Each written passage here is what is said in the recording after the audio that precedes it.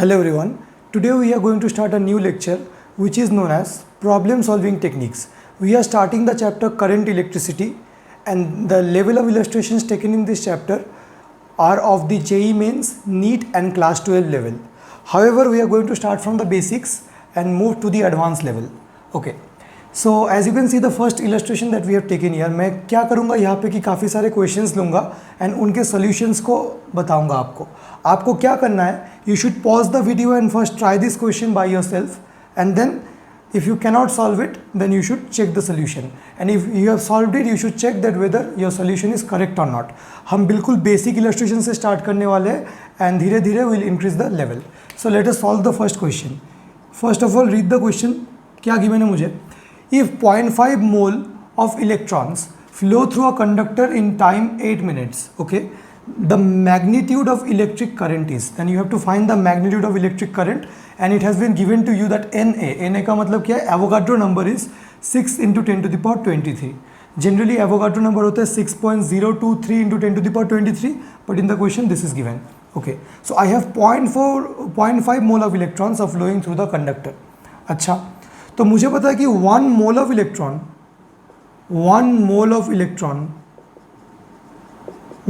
electron is equal to Avogadro number. ये तो मुझे मोल कंसेप्ट से पता है, क्लास 11 बेसिक मोल कंसेप्ट, कि 1 मोल ऑफ इलेक्ट्रॉन का मतलब है Avogadro number, that means 6 into 10 to the power 23 according to our given question. तो 0.5 मोल ऑफ इलेक्ट्रॉन्स कितना हुआ? 0.5 mole of electrons is actually 5/10. 0.5 का मतलब क्या है? 5/10 into 6 into 10 to the power 23. इसका मतलब क्या है? Half, that means 3 into 10 to the power 23. देखिए मुझे तो इलेक्ट्रिक करंट निकालना है. इलेक्ट्रिक करंट का मतलब मुझे आई करंट निकालना है एंड करंट के लिए मुझे तो नंबर ऑफ इलेक्ट्रॉन्स चाहिए. यहाँ पे तो उन्होंने मोल में दिया है 0.5 mole. So first of all I am checking कि 0.5 मोल का मतलब कितना है.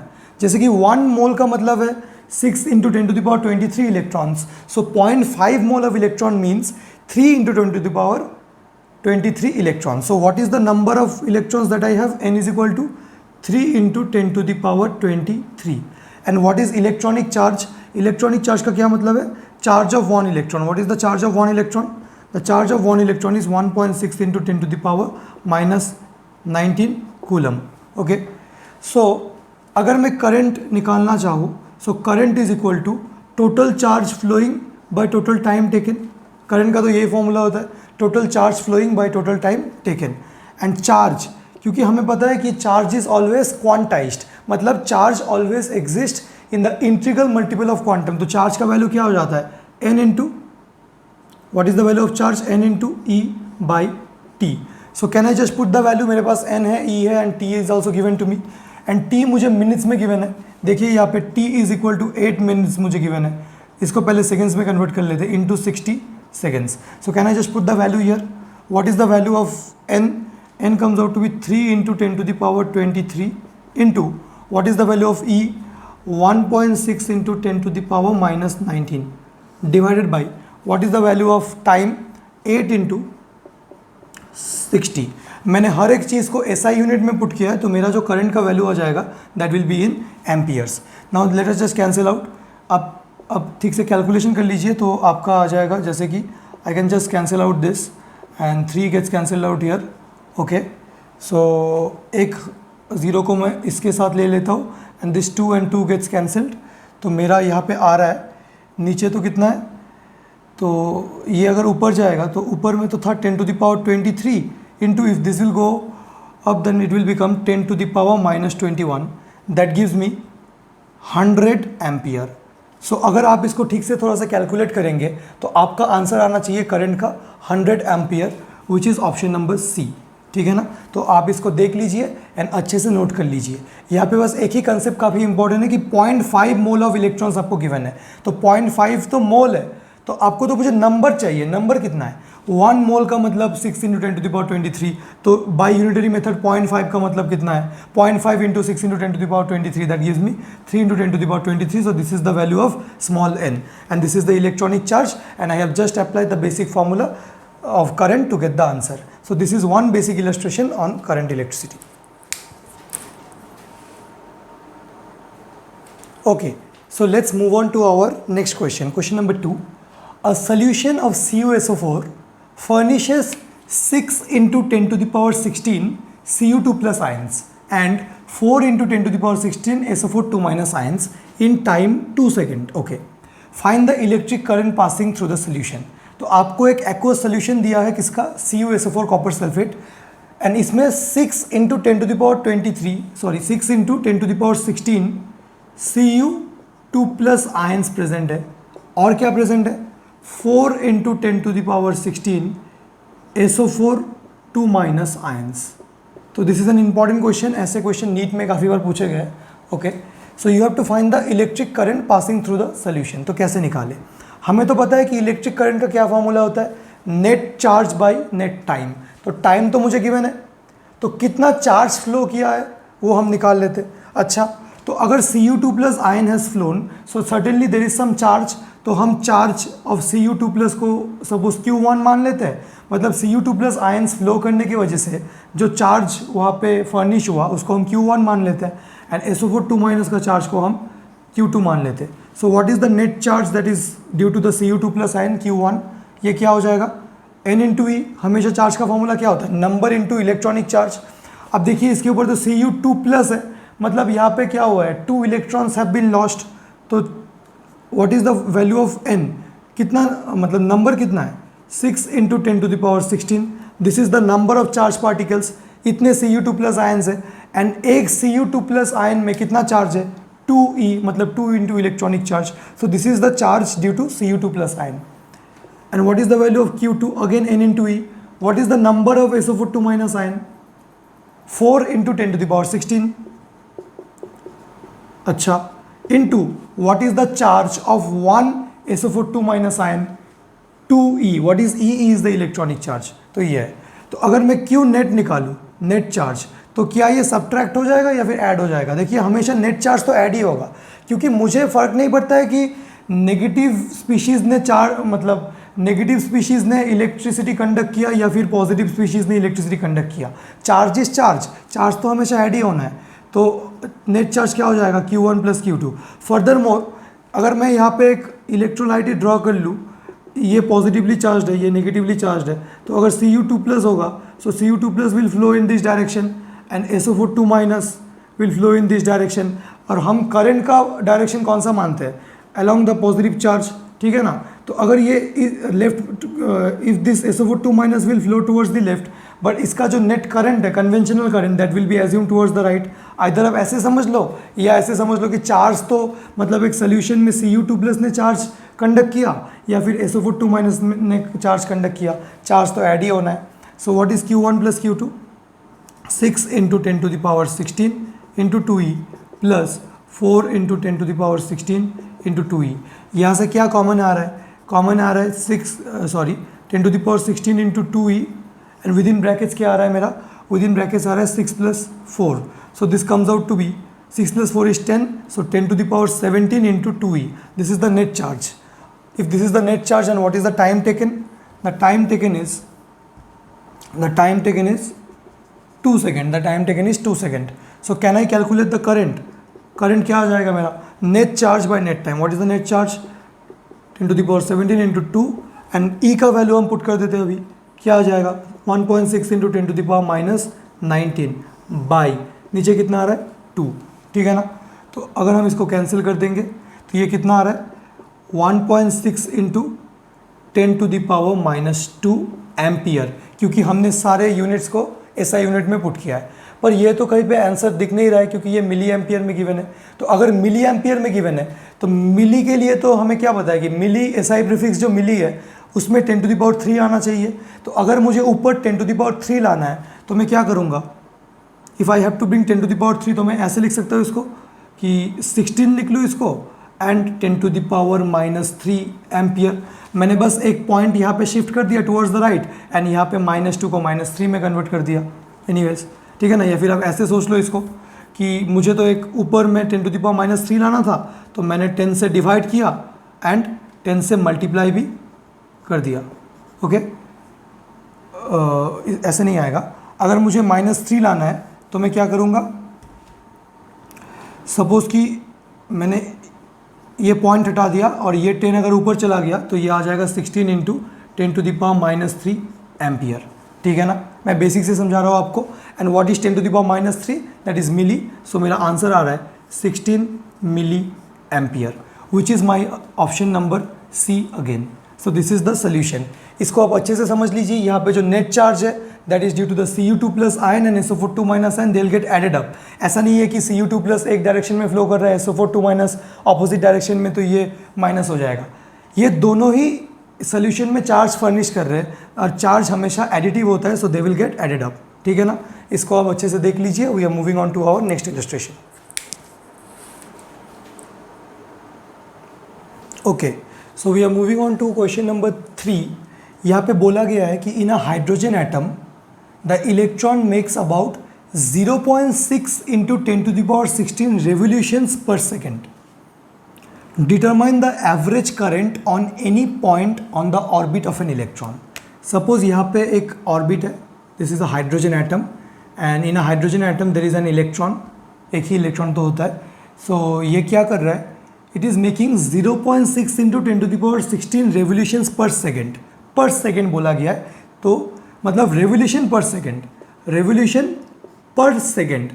समथिंग अगर सेकेंड नीचे है तो ये किसका वैल्यू गिवन है यहाँ पे, फ्रीक्वेंसी का। हाँ, तो मुझे गिवन है frequency is 0.6 into 10⁻16 second inverse. ठीक है ना, क्योंकि मुझे पता है कि नंबर ऑफ रेवोल्यूशंस मेड पर second is the frequency. And ये भी मुझे पता है कि फ्रीक्वेंसी एंड टाइम पीरियड हमेशा इन्वर्सली प्रोपोर्शनल होता है। आपको अपने ये रिलेशन छोटे क्लासेस में देखा होगा कि F is equal to 1/T। ठीक है ना, frequency and time period are always inversely proportional to each other. Okay, तो मुझे तो करंट निकालना है। एंड करंट अगर मुझे निकालना है तो करंट का तो फॉर्मूला हो जाता है कि चार्ज बाई टाइम। ठीक है, अब मुझे तो यहाँ पे बस फ्रीक्वेंसी गिवन है एंड मुझे करंट निकालना है, तो मैं क्या करूँ। देखिए टाइम जो है मतलब इलेक्ट्रॉन को रेवोल्यूशन करने में कितना टाइम लग रहा है, तो वो तो उसका टाइम पीरियड ही होगा।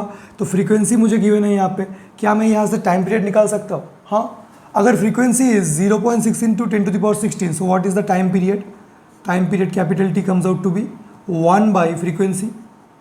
ये कितना आ रहा है, 1/0.6 into 10⁻16, this is the time period.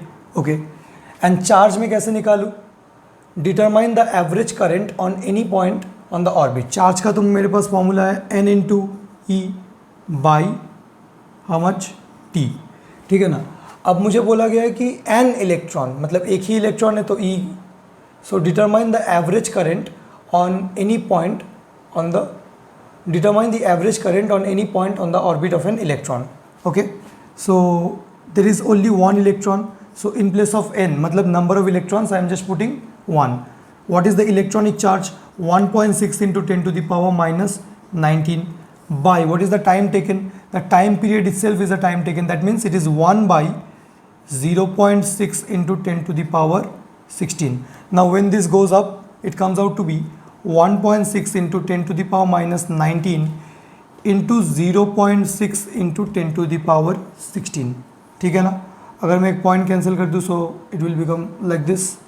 So what it 16 into 6 is 96 into 10⁻19 into this goes up and becomes 10⁻15 and 14. So 14 it comes out to be around 14, 15, 16, 17, 18, 19, 10⁻5. So 96 into 10⁻5. पर यहाँ पे क्या है, यहाँ पे तो समथिंग मिली एम्पियर है, तो अगर मैं मिली एम्पियर में लाना चाहूँ तो यहाँ पे तो 96 वाला यही वैल्यू आ रहा है. तो what should I do, let's divide by 100 and multiply by 100. अगर डिवाइड एंड मल्टीप्लाई बाई 100 कर दूँ तो यहाँ पे क्या आ रहा है 0.96 इंटू 10⁻³ एम्पियर, क्योंकि ये सारे एसआई यूनिट में पुट किए हुए थे तो सारे वैल्यूज ये एम्पियर आने चाहिए. So what is 0.6 into 10⁻³ ampere, that is 0.96 milli ampere, 0.96 milli ampere. ठीक है ना. तो इस क्वेश्चन में मुझे बस रेवोल्यूशंस पर सेकेंड गिवन था, मतलब फ्रीक्वेंसी का वैल्यू गिवन है, एंड फ्रीक्वेंसी से मैंने पहले टाइम पीरियड निकाल दिया, मतलब time taken to complete one revolution. And I know that current is charge by time. अब चार्ज का फॉर्मूला क्या है, n इंटू ई हमेशा। n is the number of charge carriers, यहाँ पे एक ही इलेक्ट्रॉन था in a hydrogen atom, the electron, the बोला गया मतलब एक ही इलेक्ट्रॉन। हाइड्रोजन में हमें पता ही है एक ही इलेक्ट्रॉन होता है। So in place of electronic charge I have just substituted the values and I can obtain this. कोई लोग ये फॉर्मूला भी सोच सकते हैं कि किताबों में ये फॉर्मूला दिया रहता है, I is equal to E V by 2πr, ठीक है ना, फिर v इज़ द वेलोसिटी। तो ये ऐसे ही आता है क्योंकि देखिए अगर v को हम नीचे ले जाए, so what is 2πr/v, 2πr/v is the time period, so e by T. So इसी फॉर्मूला से i is equal to e by T, इसी को हम ऐसे लिख सकते हैं, in place of t I can put 2πr/v, मतलब distance by speed. In place of time can I put distance by speed, and what is the distance, मतलब total circumference by v. So this formula and this formula they are one and the same thing. आपको जैसा comfortable लगे आप वैसे कर लीजिए। So we have our question number 4. Question number 4 is a question that is related to the concept of average current and instantaneous current. यहाँ पे मुझे given है कि Q is equal to t square plus 2t, and मुझे पहला question जो बोला गया है कि find the current at t is equal to 1 second, मतलब एक स्पेसिफिक टाइम में करंट निकालो, मतलब मुझे इंस्टेंटेनियस करंट निकालना है। एंड यहाँ पे बोला गया कि find current from 0 to 2 second, मतलब एक टाइम इंटरवल से दूसरे टाइम इंटरवल का बीच का निकालो, दैट मीन्स एवरेज करंट।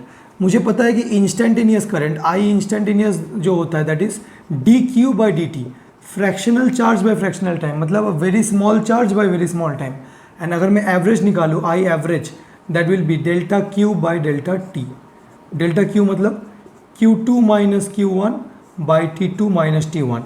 पहले दो इंटरवल्स में चार्ज निकाल लो, उनका डिफरेंस ले लो, एंड दो टाइम इंटरवल्स का डिफरेंस ले लो, ठीक है ना। तो पहला जो क्वेश्चन है find the current at t is equal to 1 second, अगर मुझे निकालना है ये क्या हो जाएगा, simply D Q by D T, मतलब मैं इसका अगर डेरिवेटिव ले लूँ, so D Q by D T, ठीक है ना। मैं क्या कर रहा हूँ, मैं टाइम के रिस्पेक्ट में डेरिवेटिव कर रहा हूँ, डिफ्रेंशिएट कर रहा हूँ, तो ये क्या आ जाएगा 2t प्लस 2, अगर टाइम के रिस्पेक्ट में आप डिफ्रेंशिएट कर दोगे। So this is the instantaneous current. So instantaneous current हमें कब निकालना है, t is equal to 1 second. So ये तो 2t प्लस 2 आ रहा है, just put t is equal to 1 second, t is equal to 1, तो ये कितना आ रहा है, i is equal to 2 1 plus 2, that gives me 4 ampere, ठीक है ना। This is the instantaneous current. अगर मुझे बोला जाता कि find the current at t is equal to 2 second, so I should have put t is equal to 2, so I have 2 plus 2, that gives me 2 to the 4 6 ampere. तो किसी भी instant में आप इंस्टेंटेनियस करंट निकाल सकते हो, बस जो आपको गिवन है क्वेश्चन में q is equal to T square plus 2t, मतलब आपको क्या गिवन है, q is a function of time, मतलब charge as a function of time given है आपको, एंड आप ऐसे इंस्टेंटेनियस करंट को काफ़ी इजीली निकाल सकते हो। नेक्स्ट मुझे गिवन है निकालना है, sorry, find the current from 0 to 2 second. तो ये पहले मैं मिटा दे रहा हूँ, आप इसको कॉपी कर लीजिए। ओके, तो मुझे गिवन था क्वेश्चन में t square plus 2t, now I have to find average current. Average current का क्या फॉर्मूला है, delta q by delta t. तो पहले तो Q1 निकालो, मतलब एट T1 को अगर मैं 0 मान लूँ एंड T2 को अगर मैं 2 मान लूँ, क्योंकि मुझे 0 से लेके 2 सेकेंड तक निकालना था। अच्छा, तो मेरा Q1 कितना आ जाएगा, so what is Q1, just Q में T का वैल्यू 0 पुट कर दो, so 0 square plus 2 into 0, that gives me 0। The value of Q1 is also 0। And what is Q2 मतलब at T is equal to 2 second, मतलब देखिए मैं एक particular time interval में चार्ज निकाल रहा हूँ, जब टाइम इंटरवल इज 0, क्योंकि मुझे 0 से लेके 2 सेकेंड तक निकालना था, सो आई हैव जस्ट पुट 0 0, सो ये भी 0 आ रहा है। अब मैं क्या पुट करूँगा 2, so it is 2 square plus 2 into 2, so 4 plus 4 that is 8, ठीक है ना। तो therefore my average current comes out to be delta q by delta t, मतलब क्या Q2 minus Q1 by T2 minus T1, so it is 8 by 2, that gives me 4 ampere. So this is a important concept from the instantaneous current and average current. आप इसको note कर लीजिए and इसको अच्छे से समझ लीजिए। So now let us have a look at question number 5.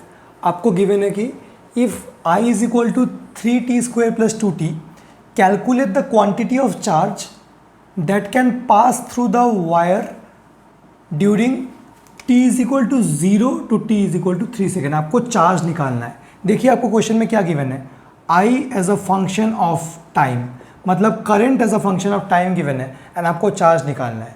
तो क्या कर सकते हैं आप, देखिए मुझे क्या गिवन है, मुझे तो गिवन है I is equal to 3t² plus 2t। तो क्या किया जाए इसमें, क्या हम कैसे भी करके चार्ज निकाल सकते हैं यहाँ पे। Okay, so can I write I as dq by dt, yes, तो this is 3t² plus 2t। अब मैं क्या dt को यहाँ पे मल्टीप्लाई कर दूँ, so dq comes out to be 3t² dt plus 2t dt। अच्छा, तो मैंने जैसे ही dt को मल्टीप्लाई कर दिया तो ये इंटीग्रेशन जैसा कुछ फॉर्मेट आ रहा है, यहाँ पे आपको इंटीग्रेशन करना पड़ेगा।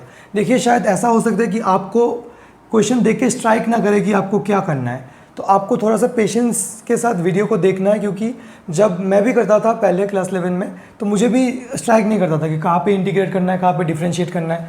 आपको अकॉर्डिंग टू द क्वेश्चन जो जो कंडीशंस गिवन है बस उसको अप्लाई करते हुए चलना है। मुझे चार्ज निकालना था, सो मैं इस आई को dq बाई dt लिख रहा हूँ।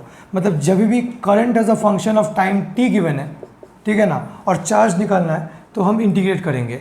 जब भी charge as a function of time t given होगा तो हम डिफरेंशिएट कर सकते हैं, ठीक है। Okay, so can I integrate this, अगर हम इंटीग्रेट करेंगे तो राइट साइड में तो 0 टू कैपिटल Q कर देते, टोटल चार्ज आ जाएगा। एंड यहाँ पे मुझे बोला गया था कि t इज इक्वल टू 0 से t इज इक्वल टू 3 तक, मतलब 0 से लेके 3, 0 से लेके 3। ओके, सो dq का इंटीग्रेशन क्या आ जाएगा, q, एंड ये कितना आ जाएगा 3, t² dt का आ जाता है t³ बाई 3। देखिए पावर 1 इंक्रीज हो जाता है, इसी से डिवाइड हो जाता है, एंड लिमिट्स हम पुट करेंगे 0 से लेके 3 तक। अगर आपको इंटीग्रेशन नहीं आता तो आप बेसिक मैथ्स का वीडियो देख लीजिए किसी का भी। यहाँ पे t dt है, so this is t² by 2 and limits are from 0 to 3। So this 3 and this 3 ये बाहर आ सकता है तो ये कैंसिल हो जाएगा, and this will be left with t³ मतलब 3³ माइनस 0 प्लस यहाँ पे क्या हो जाएगा 3² minus 0। So this comes out to be 27 plus this is 9, that means the answer is 36 coulomb. So मुझे चार्ज फाइंड आउट करना था and the value of charge is 36 coulomb. आप इस इलस्ट्रेशन को अच्छे से देख लीजिए, इसको समझ लीजिए एंड नोट डाउन कर लीजिए। अगर आपको इंटीग्रेशन में दिक्कत आ रहा है तो किसी का बेसिक मैथ्स का वीडियो देख लीजिए, तो आपको इंटीग्रेशन भी समझ में आ जाएगा। ओके, चलिए क्वेश्चन नंबर 6 को देखते हैं। यहाँ पे बोला गया है कि a charge is revolving in a ring of radius r and linear charge density lambda with angular velocity omega, find the current in the ring. तो हमें तो 3 पैरामीटर्स गिवन है, एक तो एंगुलर वेलोसिटी ओमेगा, एक लीनियर चार्ज डेंसिटी एंड एक radius. तो जो जो गिवन पैरामीटर्स है उसके टर्म्स में ही अपना करंट आना चाहिए। एक सब्जेक्टिव क्वेश्चन आपको गिवन है, ओके, इसको हम इवैल्यूएट कर लेते हैं। हमें तो पता है कि करंट का जो बेसिक फॉर्मूला है that is charge flowing by time taken, पर ना तो यहाँ पे चार्ज दिया हुआ है ना तो यहाँ पे टाइम दिया हुआ है।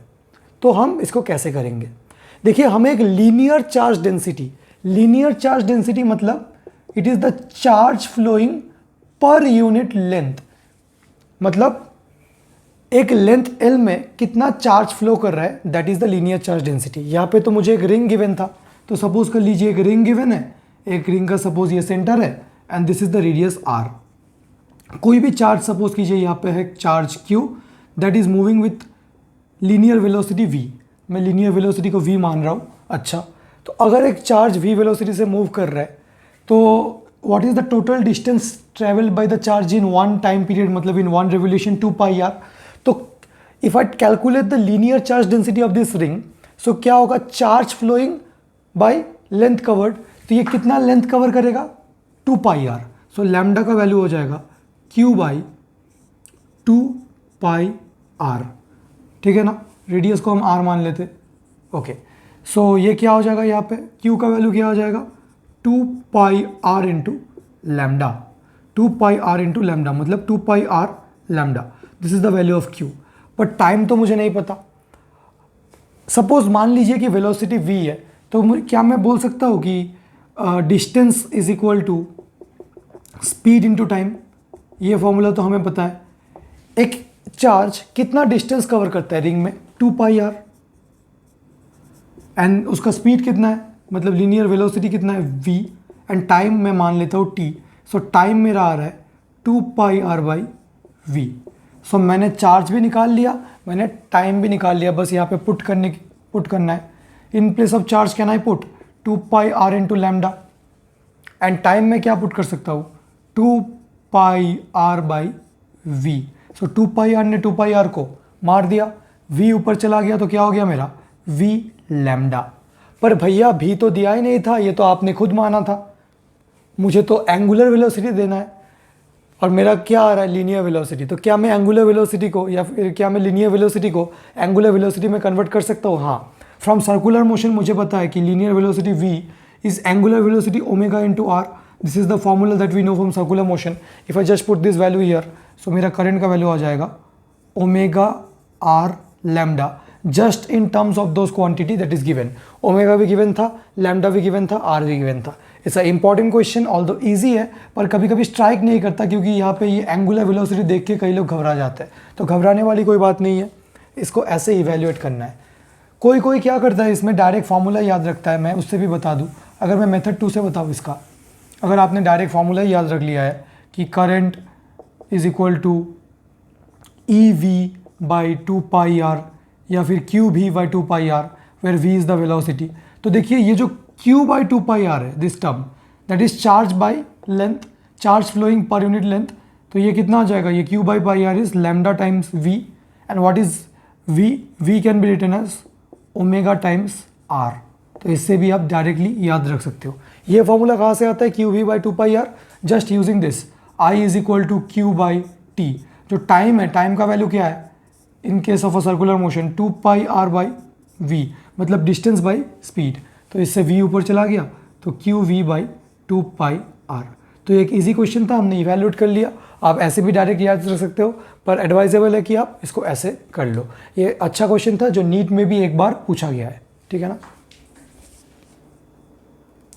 So let us have a look at this question. आप देख सकते हो कि यहाँ पे आपको एक सरफेस गिवन है, ये कोई ग्राफ नहीं है, बस एक सरफेस ऐसे गिवन है, एंड इसके इस पॉइंट का कोऑर्डिनेट है a,0 एंड दिस इज 0, है। इसका मतलब कि this distance is a and this distance is also a, and आपको j का वैल्यू गिवन है। What is j? Where j is the current density. देखिए इसका यूनिट है एम्पियर पर मीटर स्क्वायर, तो दिस इज करंट डेंसिटी। इसको क्या बोलते हैं, करंट डेंसिटी। आपको पता होगा कि current density J is current flowing per unit area. अब J is also a vector quantity, A is also a vector quantity, so I can be written as current I is J dot A. This is the formula for I, J dot A. तो आपको तो J का value given है and आपको क्या निकालना है, आपको करंट निकालना है। तो क्या मैं J is given in the vector form, क्या अगर मैं A को भी वेक्टर फॉर्म में ऑब्टेन कर लूँ एंड दोनों का डॉट प्रोडक्ट ले लूँ, तो can I obtain the answer? Yes. तो अगर मैं इस सरफेस का एरिया निकालूँ A वेक्टर, तो कितना आ जाएगा, a into a, this is a square, that means a square, and what will be the direction? The direction will be perpendicular to contact surface. अगर मेरे पास एक सरफेस है, if this is a, this is also a, then the area is a square and direction is perpendicular to contact surface, तो direction is क्या होगा, k cap, ठीक है ना। This is k cap. अगर ये x है, this is y, then this is z, so k cap, ठीक है ना। ये x y गिवन था, so this is my k cap. तो अगर मैं यहाँ से इवेल्युएट करूँ, जस्ट वैल्यू पुट कर दूँ, J के लिए मुझे कितना गिवन है, 2i + 3k cap into a square k cap. तो अगर मैं k कैप को i कैप के साथ डॉट करूँ तब तो 0 आ जाएगा, i cap dot k cap is 0। ये तो अंदर अंदर मल्टीप्लाई हो जाएगा, मतलब ये ऐसा आ जाएगा, 2a square i cap dot k cap plus 3a square k cap dot k cap. मुझे पता है कि डॉट प्रोडक्ट का वैल्यू कितना आता है, what is the value of a dot b? a dot b is ab cos theta. Now I cap and k cap are perpendicular to each other, so what is the value of I dot k cap? I k cos 90, so this entire term comes out to be 0. ये तो 0 हो गया, and ये कितना आ रहा है, what is के कैप इंटू के कैप, के cos 0 degree, that means just 3a² and the value of current is 3a². This is the answer. बस आपको बेसिक डॉट प्रोडक्ट आना चाहिए इसको इवैल्यूएट करने के लिए. एंड मेरा पर्पस क्या था ये क्वेश्चन लेने का, आपको ये वाला फॉर्मूला एक बार रिवाइज कराने, एंड इससे भी क्वेश्चंस पूछा जा सकता है ये एक बार बताने. आप इस क्वेश्चन को नोट कर लीजिए एंड इसको अच्छे से समझ लीजिए. चलिए नेक्स्ट क्वेश्चन को देखते हैं. It's a very conceptual question. आप एक बार इसको अटेम्प्ट कर लीजिए एंड अगर आपसे हो रहा है तो फिर आप सॉल्यूशन देख लीजिए, एंड नहीं हो रहा है तो इसको अच्छे से आप समझ लीजिए. देखिए बोला गया कि आपको यहाँ पे एक सिचुएशन गिवन है. दिस इज क्या बोलते हैं इसको, फ्रस्टम. तो जो भी बोलते हैं इसको वो तो छोड़ दीजिए आप. यहाँ पे एक फिगर है आपके पास, and compare the following quantities at the 2 points. 2 points हम देख सकते हैं यहाँ पे, point 1 and point 2. Point 1 and point 2 के ऊपर आपको ये सारे क्वांटिटीज़ को चेक करना है, मतलब इनके वैल्यूज़ को कंपेयर करना है कि क्या करंट यहाँ पे I1 I2 is I1 greater than I2, I1 is equal to I2, whatever current density का वैल्यूज़ क्या है, इसको आपको कंपेयर करना है. तो पहले हम करंट को चेक कर लेते हैं.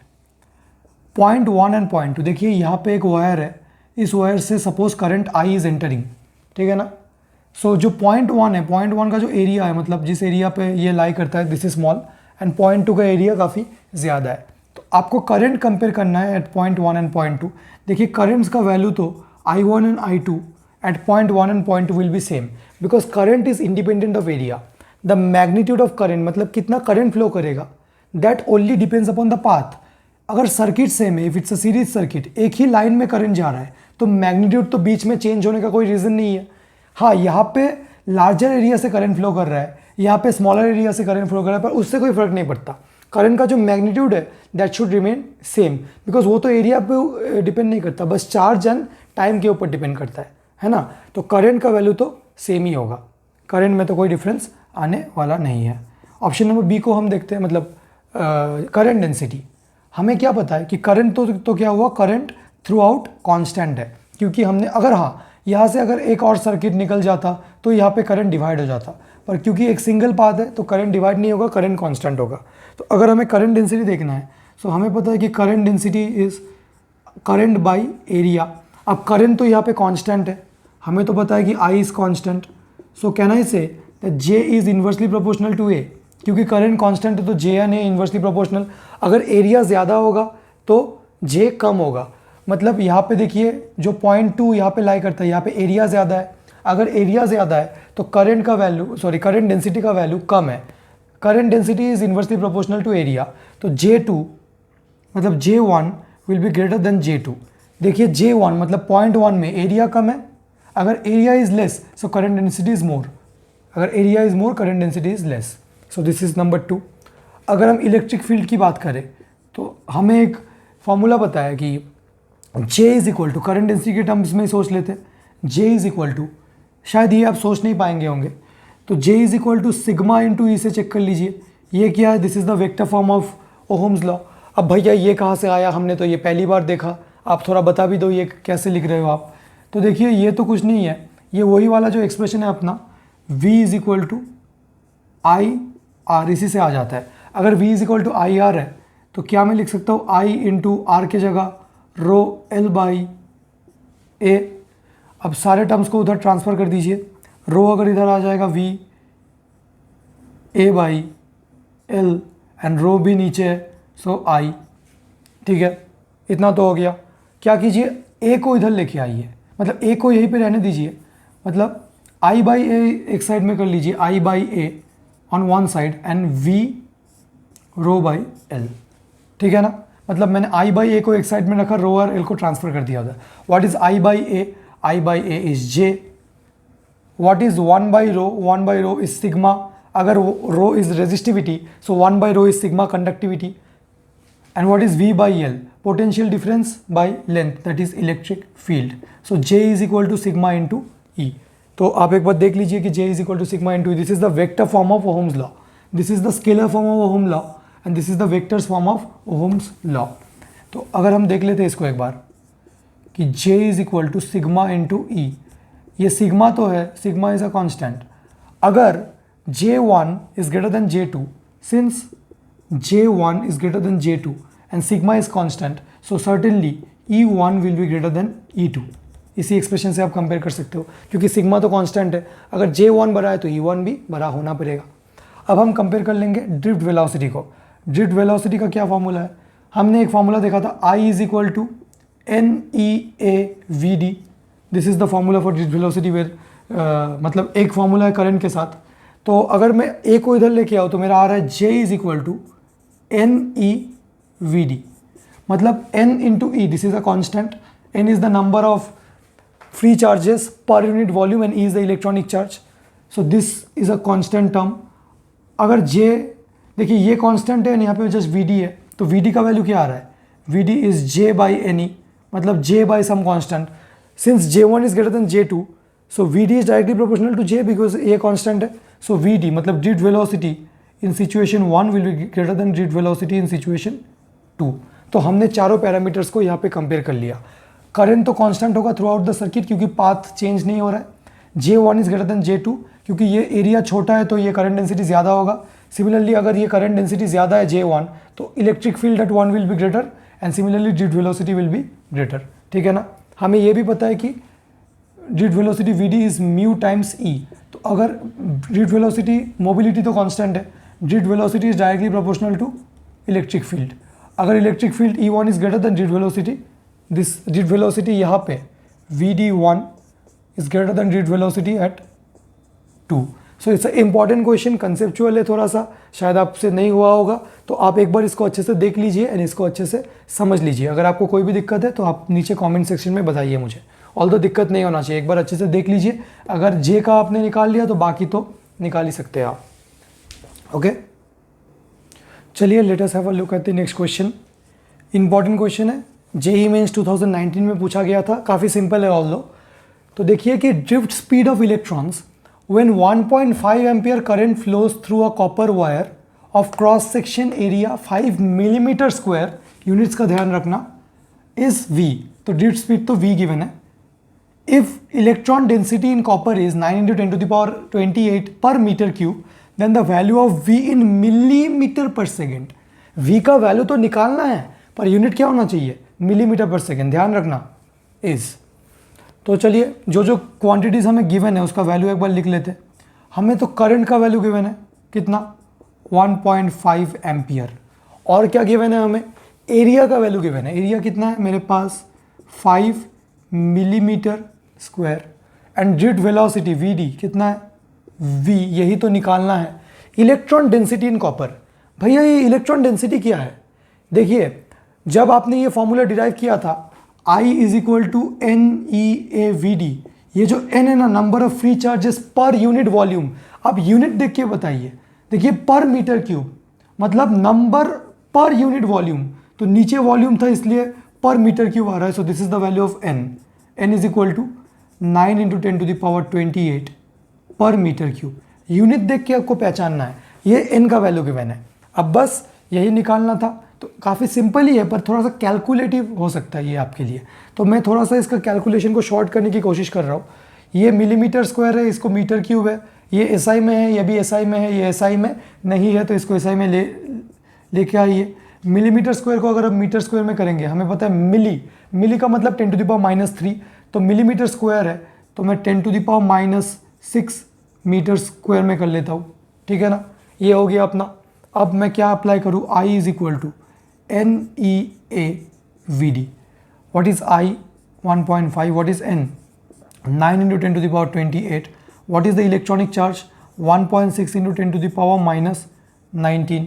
What is area? Area is 5 × 10⁻6 × V। बस V का वैल्यू निकालना है। ठीक है ना, तो थोड़ा सा रफ कैलकुलेशन किया जाए, क्या बोलते हो? 1.5 एंड 1.6 को रफली कैंसिल आउट किया जाए, वरना तो देखिए कैलकुलेशन लेंदी होने वाला है। अब कैलकुलेशन तो आपके हाथ में है, मैं तो क्वेश्चन को यहीं पे छोड़ सकता हूँ। फिजिक्स इतना ही है, बस ये फॉर्मूला याद रखना है, अप्लाई करना। This is physics. देखिए JEE मेंस 2019 में पूछा गया था, कितना ईजी है। अब बस आप कैलकुलेट कर लीजिए। तो मैं थोड़ा सा रफ कैलकुलेशन दिखा रहा हूँ आपको कैसे किया जाए। तो V का वैल्यू कितना है? ऊपर तो 1 क्योंकि ये तो कट गया, बाई 9 × 10⁻28 × 10⁻, अच्छा ये कितना है? 19 एंड ये 6, तो 19, 20, 21, 22, 23, 24, 25 × 28 10⁻3, देखिए 28 था, यहाँ पे 19 था, यहाँ पे -6 था, तो मैंने 10⁻3 लिख दिया इसके बदले। 9 आ गया और क्या इंटू 5, बस इतना ही है। अब मैं क्या कर रहा हूँ, 9 को मैं अप्रॉक्सीमेटली कितना लिख रहा हूँ, 10 लिख रहा हूँ, बस अप्रॉक्सीमेशन कर रहा हूँ थोड़ा बहुत। एंड नीचे तो 5 है, तो इस नीचे के 5 को हटाने के लिए ऊपर मल्टीप्लाई बाई 10, नीचे डिवाइड बाई 10, तो क्या आ जाता है मेरा, this is coming out to be 2। And ये कितना है, 10⁻4 5, तो ये मेरा आ रहा है 2 इंटू 10⁻⁻5 मीटर पर सेकेंड। अब मीटर को अगर मुझे मिलीमीटर पर सेकेंड में लाना है तो बस क्या करूँगा, इसको 10⁻3 से मल्टीप्लाई करूँगा। देखिए मीटर से मिलीमीटर, 10⁻3 मिलीमीटर पर सेकेंड, ये कितना आ रहा है मेरा, 2 into 10⁻⁻2 millimetre per second. 2 into 10⁻⁻2 का मतलब क्या है, इसको मैं यहाँ पे लिख देता हूँ, मतलब jet velocity is 0.02 millimetre per second, 0.02 millimetre per second, ठीक है ना, विच is my option number A. तो काफ़ी सिंपल क्वेश्चन था, मैंने थोड़ा सा अप्रॉक्सीमेशन यूज़ किया तो मेरा आंसर ये आ रहा है। आप भी क्वेश्चंस में थोड़ा सा अप्रॉक्सीमेशन यूज़ करना। मैंने 1.5 को ऑलमोस्ट 1.6 के बराबर लेके इसको काट दिया, एंड ये जो 9 है मैंने इस 9 को ऑलमोस्ट 10 लिख दिया, तो थोड़ा सा अप्रॉक्सीमेशन आके मेरा आंसर तो एकदम एग्जैक्टली मैच कर गया। ऐसा नहीं होना चाहिए कि आपसे कैलकुलेशन नहीं हो रहा है इसलिए जेईई मेंस में आप एक क्वेश्चन छोड़ के आ जाओ। थोड़ा सा अप्रॉक्सीमेशन यूज़ कर लो एंड उसके बाद थोड़ा सा गेसिंग करके इसको कर लो। और अगर आपको एग्जैक्ट आंसर निकालना था तो आप कैलकुलेटर में वैल्यूज पुट करो या फिर खुद कैलकुलेट कर लो, ठीक है ना। रफ कैलकुलेशन भी आपको थोड़ा बहुत सीख के रखना चाहिए। सो इस क्वेश्चन को आप देख लीजिए एंड कॉपी कर लीजिए। So let us have a look at question number 10। Across the ends of a conductor of length 40 centimeter, a potential difference, PD मतलब potential difference of 10 volt is applied. Find the mobility, mobility का मतलब mu of electrons provided that drift velocity is this much. Easy question है, पर मैं क्यों ले रहा हूँ ऐसा क्वेश्चन, बस आपको फॉर्मूला के साथ एक्वेंटेड करने के लिए, क्योंकि काफ़ी बार नीट में या जेईई मेंस में भी बस फॉर्मूला के ऊपर क्वेश्चन आ चुका है इसके ऊपर। तो आपको लग रहा होगा किसी किसी को कि भैया आप तो बहुत इजी इलस्ट्रेशंस ले रहे हो, ऐसी बात नहीं है।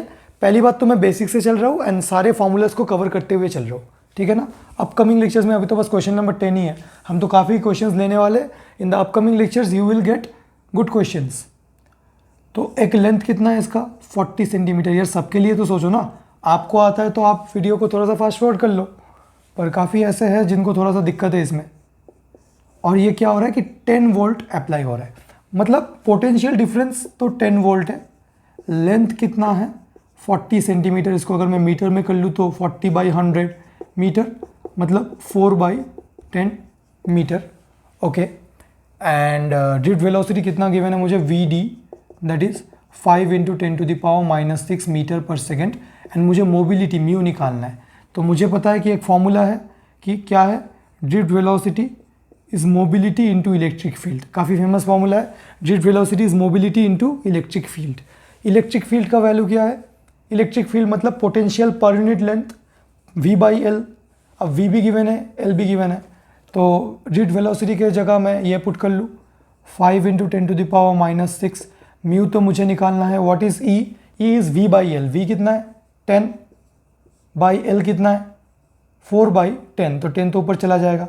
मैं क्या पुट कर रहा हूँ, I am putting E is equal to V/L, ठीक है ना। फॉर्मूला बेस्ड क्वेश्चन है, काफ़ी इजी भी है, ओके। तो यहाँ पे कितना आ रहा है, यहाँ पे म्यू का वैल्यू आ रहा है 5 × 10⁻⁻6 × 4 बाई नीचे कितना 10 × 10, तो 5 × 4 तो 20 हो रहा है, तो मैं इसको ऐसे कैंसिल कर लूँ, इसको भी। तो इधर कितना आ रहा है मेरा 2 से 5, ठीक है ना। तो क्या आ रहा है मेरा मोबिलिटी, मोबिलिटी ऊपर तो 10⁻⁻6, नीचे कितना 5, तो मैं ऊपर नीचे 10 से मल्टीप्लाई डिवाइड कर दूँ ताकि इस 5 को मैं करके ऐसे और इसको ऊपर में ले जाऊँ, जस्ट कैंसिल आउट करके 2 × 10⁻⁻7। This is the mobility. अब यूनिट कितना आएगा मोबिलिटी का, VD/E। E का यूनिट क्या है, अगर मैं यूनिट ही निकाल लूँ,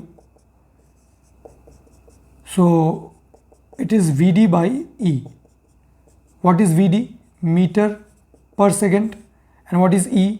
E is वोल्ट बाई क्या metre, so this is volt by metre.